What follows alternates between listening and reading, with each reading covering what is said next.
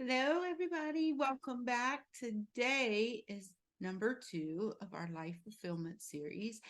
And today I am going to recommend you grab a cup of coffee or tea or possibly a drink if you need it, because today we're going to dive in real deep and we're going to really tap into some things about family and relationships and how we need to fill that bucket in order to receive life fulfillment. So, when you're thinking about your relationships and your family, what is the first thought and memory that you have? So, take a moment, taking a deep breath, and just go there for a second. Like, what is it that brings you happiness when you think about your family and your relationships? And these relationships can you be your friendships, your work relationships, your personal relationships, your intimate relationships, and we have relationships with our children as well. So, whatever that relationship is, just take a moment and just feel that joy that you feel when you think about your family. Okay. And that feeling that you're feeling is a lot of why we make the sacrifices that we make.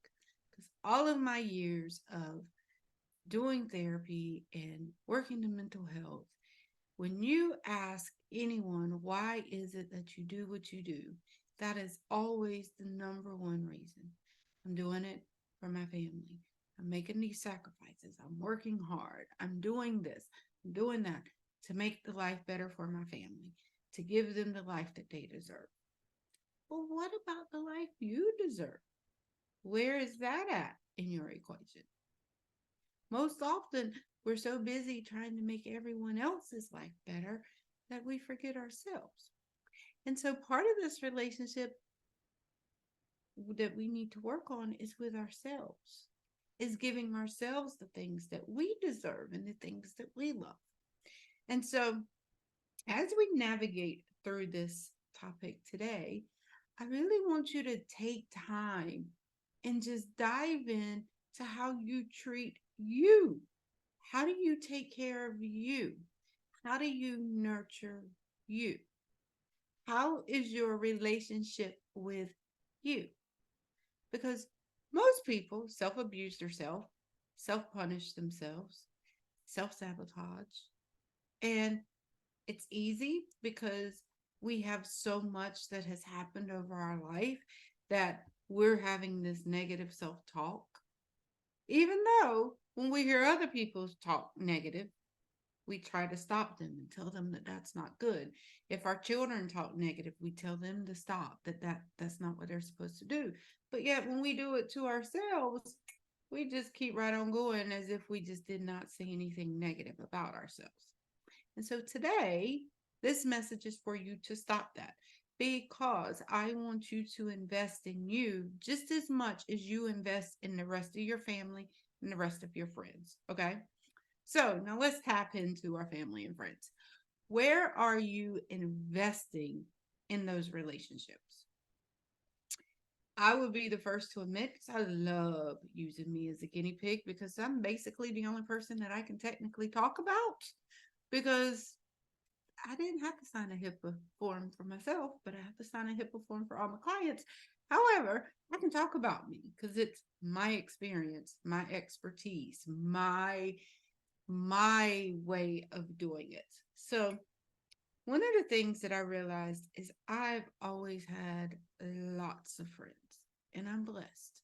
Now, the relationship I had with my family, that might have not been so great back in the day, but we're now working on that. And what I realized is I was that friend and that family member that you called in the time of need. When there was a need, that's when you called me. Because all the other times I was missing because I was so busy building an empire, you know, wearing all these hats, being the boss, being the CEO, being the consultant, being the accountant, being the bookkeeper, being the teacher, being the mom, being whatever title fit. And what was happening was I was taking care of wherever the biggest fire was at, to be quite honest. That's what got my attention. So I trained my family and friends for years to call me when you need me, because then that's when I'm going to show up. And and if it wasn't a fire, then the likelihood of you hearing from me was probably slim to none. Am I proud of that? Well, it's what I thought I had to do at that time. I'm not going to beat myself up for it. But what I can do is I now can take the time to really spend time and invest into these relationships that mean so much. So, what does that look like? Number one, the first thing I do is with any of my friends, anyone I'm in a relationship with, including myself, I always ask, what does love look like to you? What does what does someone giving you love look like to you? How do you know what love feels like? What does happiness feel like? What can I do to make you happy? Because what I realized, and what I've realized over many, many years of working in mental health, is we always love people the way that we wanted to be loved. We always do things to make people happy that would make us happy, that we wish people were doing for us. And then what I realized was happening is that that person doesn't need to receive the love the way that you needed to. So you're over here just pushing out, pushing out, pushing out.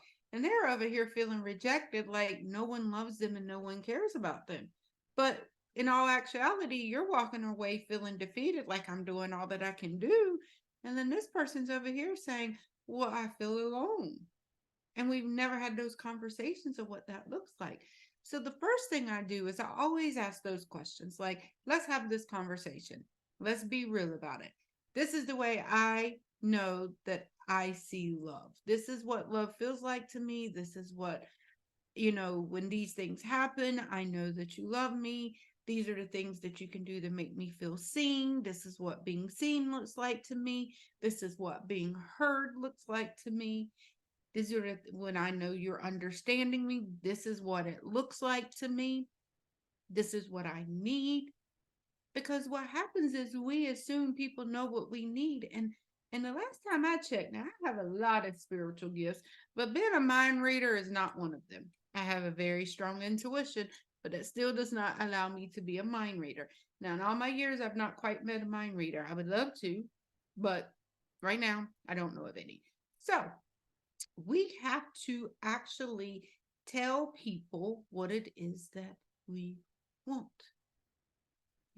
Ask and you shall receive. Well, this is the same thing. If we tell people what it is that we need in order to feel loved, seen, heard, and understood, then guess what they can give us? But if we don't tell them, and one of the biggest things that I've seen is so often we don't tell people, we're afraid to tell them, but then we do so much stuff where we're keeping the peace and they assume that they're doing everything right. But we're over here feeling resentful and mad and frustrated, but we've never told anyone anything differently. We've made them think that what they're doing is okay, and that's not true. So that's number one. And this is how you build those strong bonds with your family and in your relationships, is understanding each other and being authentic about it. Be authentic, because if you're hiding what it is that you truly, truly want, then you're not going to get it. And when I say these things, I'm also saying that you need to take the time to figure those things out for you, because I can assure you, if you sit down and say, what does love look like to me and how do I need to receive it? You may not have the answer.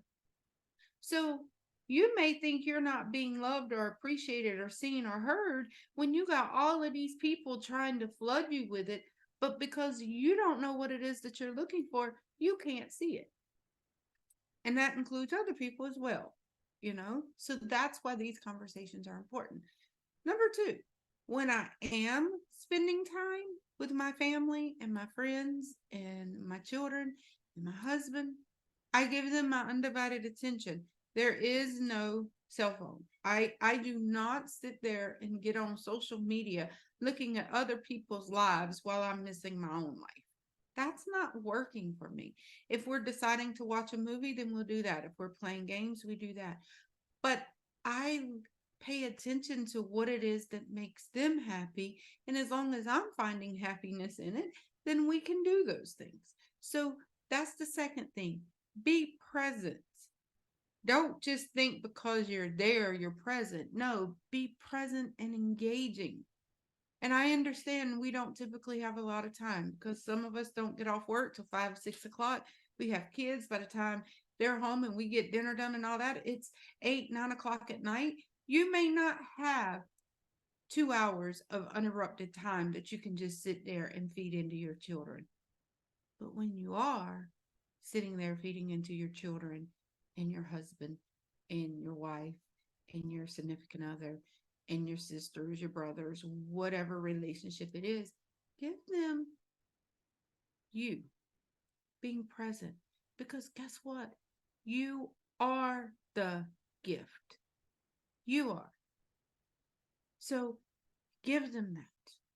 Give them what it is that they need at that moment. Be open to receive the same thing because when you're present with them, you're getting filled as well. The other thing that I do is I put in my calendar certain days, times, whatever, to pick up the phone and call or text a particular person, especially if it's someone I don't see often. Like I have friends all over the world. Some of them we talk daily. Some of us we talk every 2, 3 weeks. Some of us we may talk once a quarter. But the thing is I now put in the effort. And what I call that reminder message, because I know I told one person that they're like, so you seriously want me to schedule time to reach out to a friend? And they felt like that was wrong. But then I'm like, no, as one of my good friends told me, it's just a message to my future self. I'm just leaving a message to my future self. So when it pops up on my calendar, hey, call this person, I'm like, oh yeah. And then I'll reach out. And then we have an amazing conversation. And it's beautiful because it's me feeding into them and them feeding into me. So guess what? Now we have all these people filling this one particular bucket. And so when our family and our relationships are solid, then that's when we really start to even begin to feel more fulfillment, right? Because we all need people in our life. That fuels us. We all need love. We were made to be loved. We were made to give love. So we have to do that. Okay? It is imperative for our existence is to feel loved and be loved. Okay? All right. Well, I'm going to get off my soapbox now of these families and relationships. And I hope this message resonates with you. And as always, take what resonates and leave what don't. Some of this may not be applicable to you, some of it may. So take what you need and leave what you don't. All right. I love you. And I'll see you, beautiful souls, tomorrow. And tomorrow, we're going to talk about wealth and our money satisfaction. That is day 3 of our Life Fulfillment series. Until tomorrow, sending you love.